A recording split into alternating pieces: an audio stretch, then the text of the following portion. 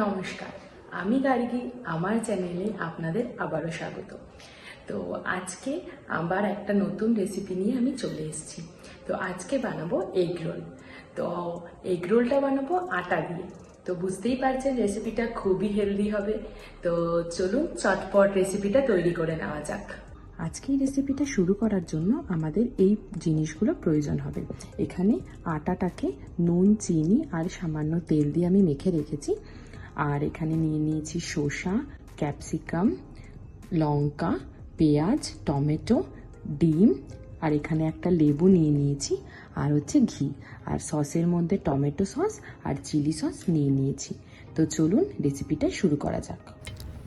এবার রেসিপিটার নেক্সট স্টেপের দিকে এগোনো যাক। এখানে আমি একটুখানি আটা নিয়ে এবার এটাকে ভালো করে বেলে নেব। বেশ হালকা হাতে আস্তে আস্তে করে এটাকে গোল করে রাউন্ড শেপে এনে নেব। এখানে এভাবে ঘুরিয়ে ঘুরিয়ে ভালো করে গোল করে বেলে নিতে হবে।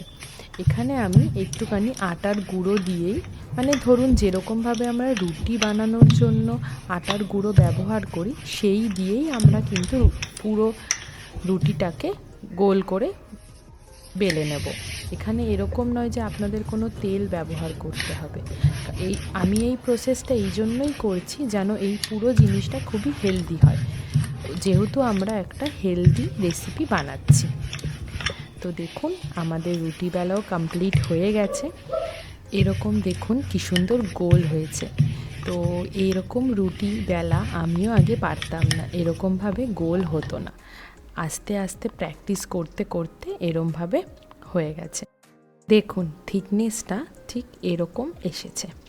এবার নেক্সট স্টেপ, আমাদের প্যান গরম হয়ে গেছে। এবার আমরা এর মধ্যে একটু ঘি দিয়ে দেবো, একটু ক্যাপসিকাম দিয়ে দিচ্ছি।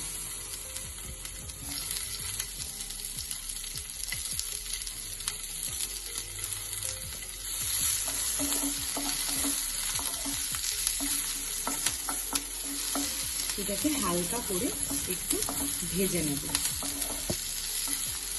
তারপরে দিয়ে দিচ্ছি পেঁয়াজ। এই স্টেপটাতে আপনারা আপনাদের পছন্দ মতো আরও সবজি অ্যাড করতে পারেন। আর দিয়ে দিলাম টমেটো। সবগুলোকে একটু ভালো করে নাড়িয়ে নেব। শীতকাল তো অনেক রকমই সবজি আছে, তো আপনারা আপনাদের পছন্দ মতো যে কোনো সবজি, গাজর, বিনস, আরও অনেক সবজি আছে সেগুলো দিয়ে দিতে পারেন। এবার এগুলোকে হালকা করে ভেজে নিতে হবে। বেশি ভাজার দরকার নেই, বেশি ভাজলে ভালো লাগবে না, হালকা করে ভেজে নিতে হবে। 1 মিনিট মতো ভাজলেই এটা হয়ে যাবে। 1 মিনিট হয়ে গেছে। এগুলোকে প্লেটে তুলে নেব। এবার আসছি নেক্সট স্টেপের দিকে। তো এবার আরেকটা প্যান বসিয়ে এর মধ্যে অল্প একটু ঘি দিয়ে দিলাম। এবার এর মধ্যে দিয়ে দিলাম, দিয়ে সিমিয়ে দিলাম গ্যাসটাকে। সিমিয়ে দিয়ে আলতোভাবে এটাকে ঘোরাতে থাকলাম। দিয়ে আর একটু পরিমাণ মতো ঘি দিয়ে দিলাম যাতে এটা ভালোভাবে ভেজে যায়।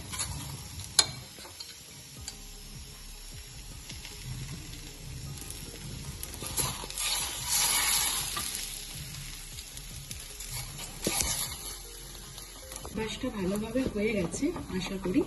এবার আমরা ওই পাশটা ঘুরিয়ে নিলাম। আমি এখানে ঘিয়ের ব্যবহার করছি, আপনারা চাইলে রিফাইন তেল দিয়েও পুরো জিনিসটা বানাতে পারেন, কিন্তু যেহেতু এটা একটু হেলদি রেসিপি আমি বানাচ্ছি তাই জন্য আমি ঘিয়ের ব্যবহার করছি। তো আপনারা চাইলে এটা তেল দিয়েও বানাতে পারেন। ঘিটা দিয়ে বানালে কি হবে, একটা সুন্দর ঘিয়ের গন্ধটাও থাকে, তো অবভিয়াসলি সেটা খেতেও খুব টেস্টি লাগে। তো এটাকে আমি একটু ক্রিস্পি ক্রিস্পি করে ভেজে নেব। দেখুন এই পিঠটা ভালোভাবে ভাজা ভাজা হয়ে গেছে, আর এই পিঠটাও ভালোভাবে ভাজা ভাজা হয়ে গেছে। এবার এটাকে আমরা তুলে নিচ্ছি।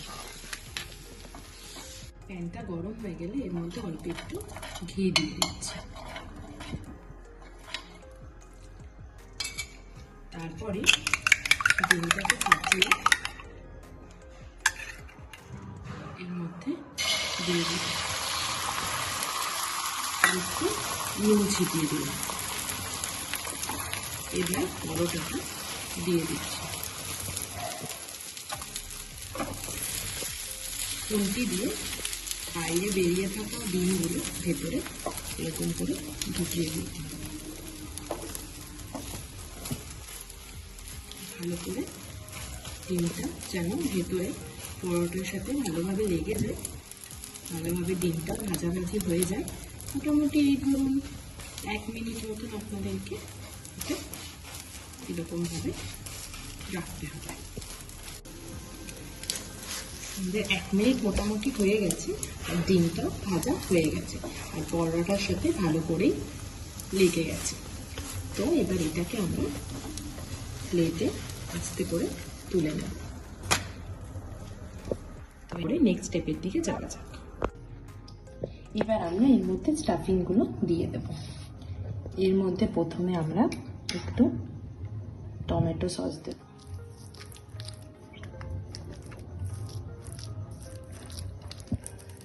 তারপর একটু চিলি সস।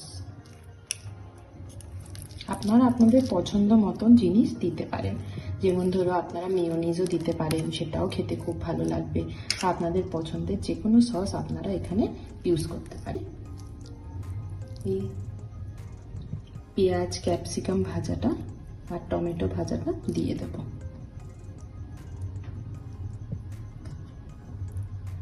তারপরে একটু লঙ্কা কুচি অল্প করে দিয়ে দেব, আর দিয়ে দেব একটু গোলমরিচ গুঁড়ো, আর স্বাদ মতন নুন। এবার উপর দিয়ে একটু শসা কুচনো দিয়ে দেব।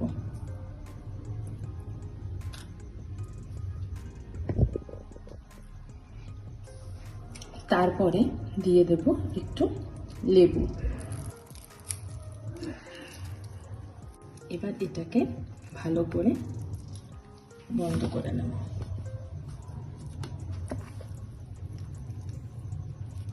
তারপরে কোনো একটা টুথপিক দিয়ে এটাকে আটকে নেব। আপনারা চাইলে এখানে কোনো টাইপের পেপার দিয়ে রোল করে নিতে পারেন। আমার এরকমটা দেখতে খুব ভালো লাগে, তাই জন্য আমি এরকম টুথপিক দিয়ে এটাকে একটা রক মতো বানিয়ে নিয়েছি। আমাদের হেলদি এগরোল কমপ্লিট। তো আপনারা দেখলেন যে কীভাবে হেলদিভাবে আটা দিয়ে এগরোল বানানো যায়। তো আপনারাও বাড়িতে ট্রাই করতে পারেন এবং কমেন্ট বক্সে আমাকে জানাবেন যে ট্রাই করার পর আপনাদের কেমন লাগলো। আর আমার সাথে এতক্ষণ থাকার জন্য আপনাদেরকে অনেক ধন্যবাদ। আর রেসিপিটা ভালো লেগে থাকলে লাইক করে দেবেন, শেয়ার করে দেবেন এবং আমার চ্যানেলটিকে সাবস্ক্রাইব করে দেবেন। তো আজকে এইটুকুই। নেক্সট ভিডিওতে আবার আপনাদের সাথে দেখা হচ্ছে। সবাই সুস্থ থাকবেন, ভালো থাকবেন, আনন্দে থাকবেন। ধন্যবাদ অনেক। টাটা।